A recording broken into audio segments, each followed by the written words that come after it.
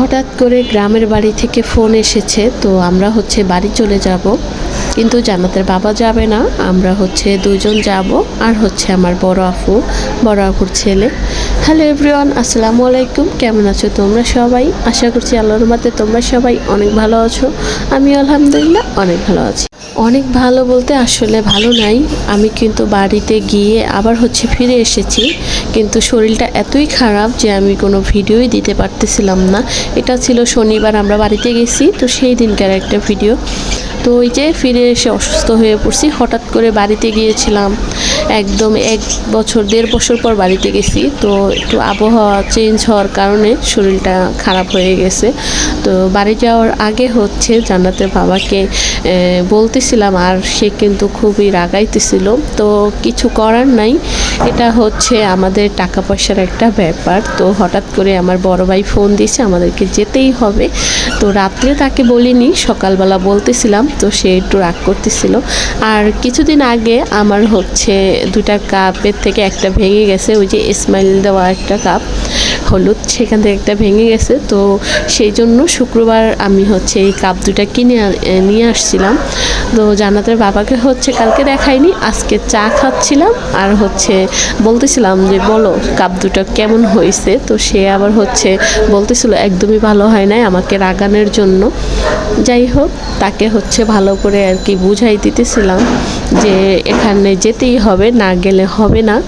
তো আমার ভাই ফোন দিতে চাইছিল, কিন্তু আমি বললাম ঠিক আছে, ফোন দিতে হবে না। আমার বড় বোন তারপর আবার বুঝিয়ে বলল, তখন সে আবার বুঝতে পারলো।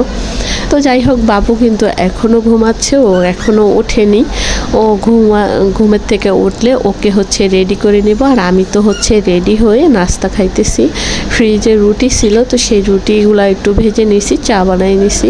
এই তো চা খাইতেছিলাম আর একটু গল্প করতেছিলাম। তো এর ভিতরে পানি শেষ হয়ে গেছে, সেটা নিয়ে আসতে গিয়ে বললাম যে আর ভিডিও করতে হবে না।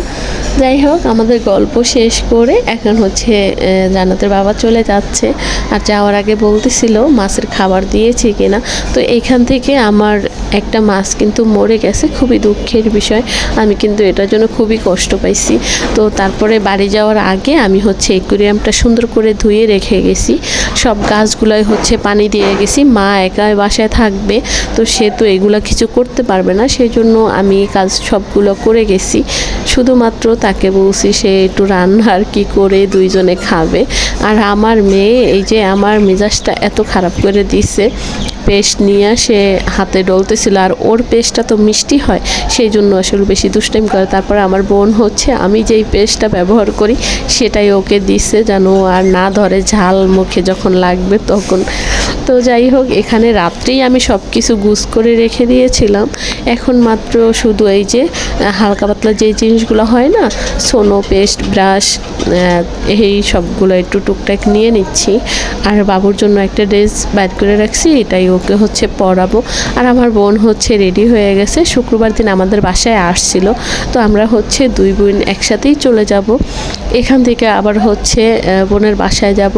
ওই বাসা থেকে খাওয়া দাওয়া করে তারপর দুপুরে আমরা বাড়িতে চলে যাব। তো এখানে সব কিছু আমি করতেছিলাম, ওই দিক দিয়ে মাও বলতেছিল সব কিছু ঠিক করে নিয়েছি কিনা। তারপর আমার বোনও বারবার করে চেক করতেছিল যে সব কিছু ঠিকঠাক করে নিয়েছি কিনা। আসলে আমাকে বলেছিল আমি যেন একটা জামা নেই, কারণ আমাদের একদিন থাকার কথা ছিল। তো আমার তো হবে না, আমি 3-4টা জামা নিয়ে নিছি। তো সেটাও বারবার দেখতেছিল আর বলতেছিল এতগুলো জামা কে নিবে, এই এত বড় ব্যাগ আমি কিন্তু টানতে পারবো না। তো যাই হোক, এখানে যেহেতু ছোট বাবু, ওর জন্য কিন্তু সবসময় একটু আলাদা করে বেশি কাপড় নিতে হয়। তো এই ব্যাগের ভিতরে ওরই অনেক কাপড়। আমার মাত্র 3টা 3 পিস নিয়েছিলাম, আর আমি পরনে একটা। তো মোট 4টা আমাদের থাকার কথা ছিল একদিন। তো আমরা 2 দিন রয়ে গেছি, কারণ আমরা কাগজপত্র দরকারে গিয়েছিলাম, সেই কাজটা কি একটু দেরি হয়ে গেছিলো, তাই আমাদের 2 দিন থাকা হয়েছে। তো সব কিছু মিলিয়ে সুন্দরভাবেই হয়েছে। যাই হোক, বাড়িতে গিয়ে কী করলাম না করলাম সব কিছুই শেয়ার করব আস্তে আস্তে। এমনিতে আমার শরীর একটু ভালো নাই, শরীরটা একটু খারাপ। তো যখন ঠিক হয়ে যাবে তখন আস্তে আস্তে আসলে শেয়ার করব। এখানে আমরা গাড়িতে উঠে পড়েছি, তো আর কোনো ভিডিও নেওয়া হয়নি। এখানে গাড়িতে বসেছি, তো তখন একটু ভিডিও নিয়েছি। আর আমার মায়ে হচ্ছে এই যে বসে অল্প কিছুক্ষণ সজাগ ছিল, তারপর কিন্তু সে ঘুমায় গেছিল।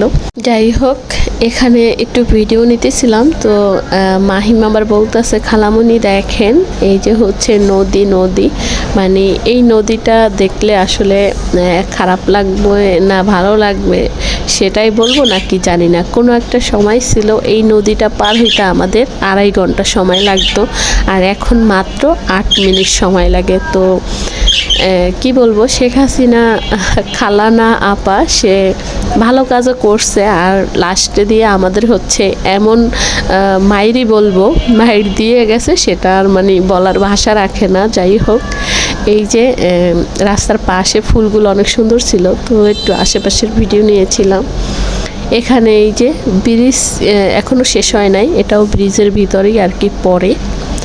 তো এই যে আজকের ভিডিও কেমন ছিল আমার প্রিয় আপু ভাইয়ারা আমাকে কমেন্ট করে জানাবে।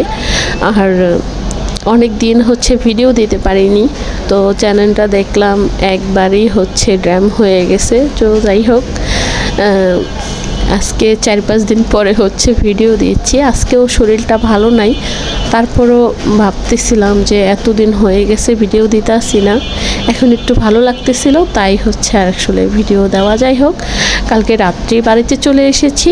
এটা হচ্ছিল পরের দিনের সকালবেলা আমরা হচ্ছে একটু বের হয়েছি, তো তখনকার একটু ফুটেজ নিচ্ছিলাম। আর আমার ভাইস্তিরা হচ্ছে সামনে সামনে দুষ্টামি করতেছিল আর দেখতেছিল। আসলে ওরা হচ্ছে এইসব ভিডিও এগুলা তো আর কখনো দেখে নাই, ছোট মানুষ।